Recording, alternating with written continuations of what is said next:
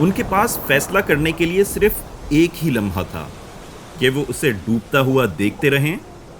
یا پھر اپنی جان پر کھیل کر اسے بچانے کی کوشش کریں۔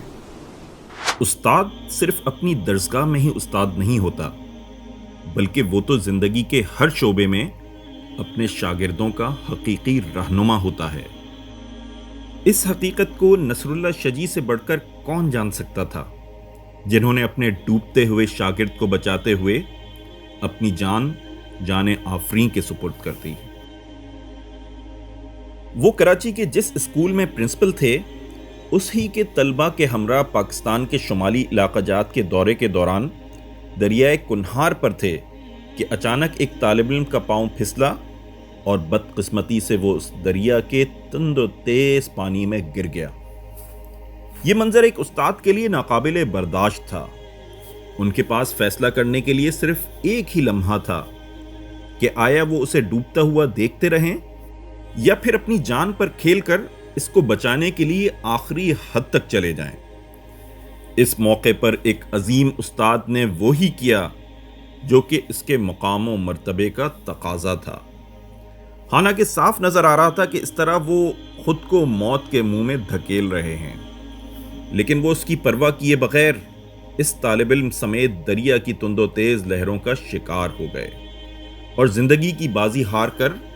ہمیشہ کے لیے امر ہو گئے۔ نصر اللہ شجی نے ہمیشہ اپنی ذات سے بلند ہو کر سوچا اور اپنی زندگی انسانیت کی خدمت کے مشن پر گزار دی، اور اس مرد شجاعت نے اس راہ پر چلتے ہوئے اپنی جان تک قربان کر دی۔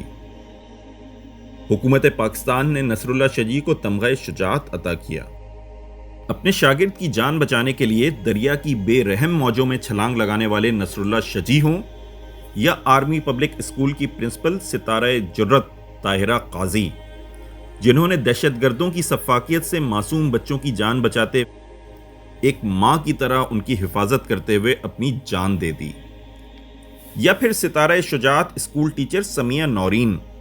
جو جلتی اسکول وین میں پھنسے بچوں کو تنہا چھوڑ کر اپنی جان بچانے کے بجائے ان کو باہر دھکیلتی رہیں، لیکن آخری بچے کے ساتھ خود بھی شعلوں میں گر گئیں اور بالآخر شہید ہو گئیں۔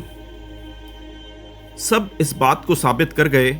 کہ ایسے اساتذہ صرف روحانی والدین ہی نہیں بلکہ حقیقی ماں باپ سے بھی بڑھ کر ہوتے ہیں،